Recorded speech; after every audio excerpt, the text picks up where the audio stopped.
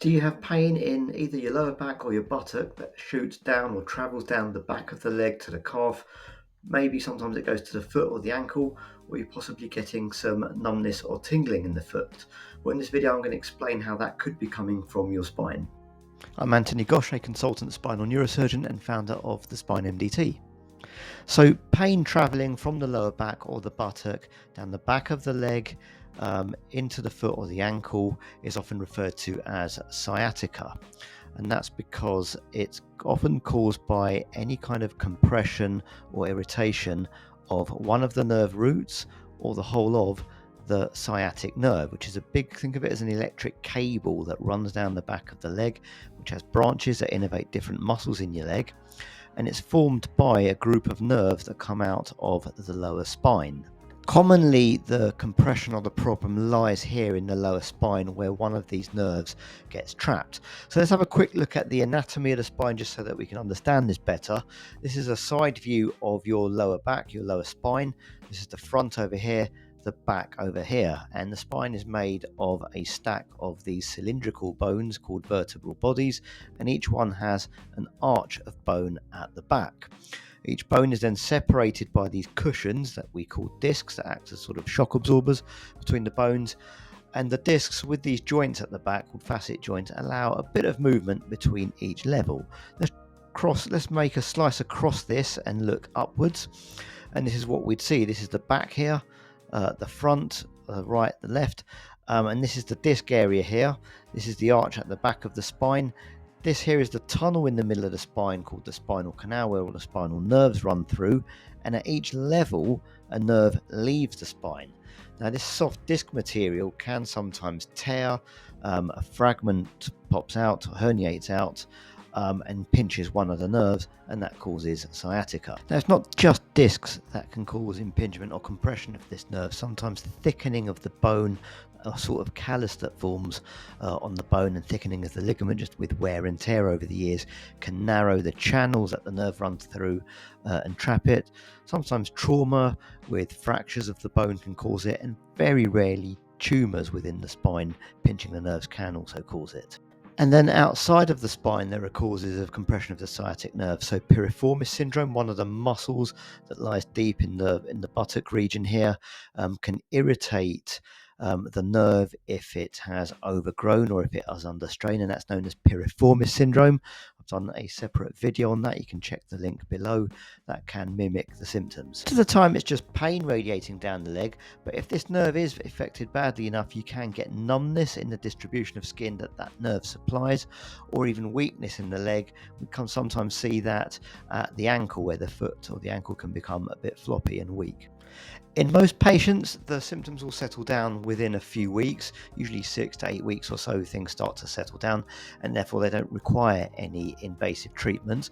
The only indication to dive in early with something a bit invasive, like an operation, for example, is if there's progressive weakness in the leg. The function of surgery, the purpose is to actually try and preserve the current function and give you the best chance of regaining that loss of function. Provided there's no weakness, there are certain maneuvers or manipulations you can undergo under a well-trained physiotherapist, osteopath, or even a chiropractor that can help alleviate the symptoms. And the strategy of these manipulations is to kind of create a little vacuum in this disc space by leaning you a certain way that sucks this soft fragment back in.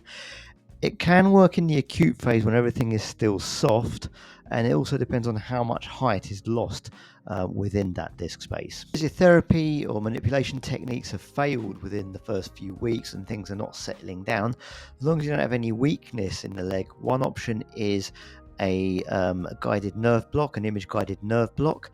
That's a type of injection that's done. I tend to do them under light sedation, so you're not fully asleep like a general anesthetic, but you're sedated slightly just to make it a little bit more tolerable, a bit more comfortable. A needle is passed through the skin under x-ray guidance and guided towards the trapped nerve. A bit of dye is injected so we can see where it goes, and then we inject some steroid around it.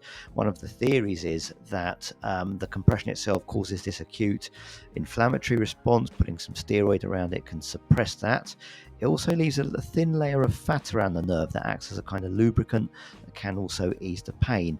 And this has been compared with surgery in a study called the NERVES trial to show, and it's been shown to find fairly similar results. It's not very invasive, carries minimal risks, so it might be worth trying before considering any surgery.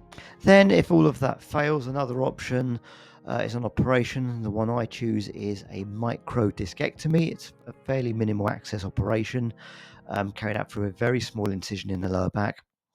And the idea is to try and shave away this disc fragment here that's pinching the nerve. So the minimally invasive technique is a very small incision in the lower back, a really small incision with a special retractor. It just disrupts some of the muscle fibers minimally. With under the microscope, we'll just make a tiny little window in the arch at the back of the spine, go in and then remove this disc fragment here. It's quite effective at alleviating the pain down the leg. It creates space around the nerve, so it's what I would choose as the treatment option if you have weakness down the leg, or if you just have pain but the injection has failed. It's quite a good option. Instant alleviation of the leg pain helps you recover some neurological function if you've developed some weakness, and a fairly quick recovery time. A lot of patients can go home the same day or the very next morning at the latest. It's usually a couple of weeks off work and then a fairly quick recovery thereafter. If you found this video helpful, please click like and subscribe, and visit us at spinemdt.com. We bring together all the different professions of spine care, so osteopaths, chiropractors, neurosurgeons, physiotherapists, pain specialists, to offer you treatment under the oversight of a surgeon to try and find the least invasive solution that gives you the longest lasting results. You can have a look at our 3-step process. And please feel free to take a look at our online spine assessment tool to see how we can help you.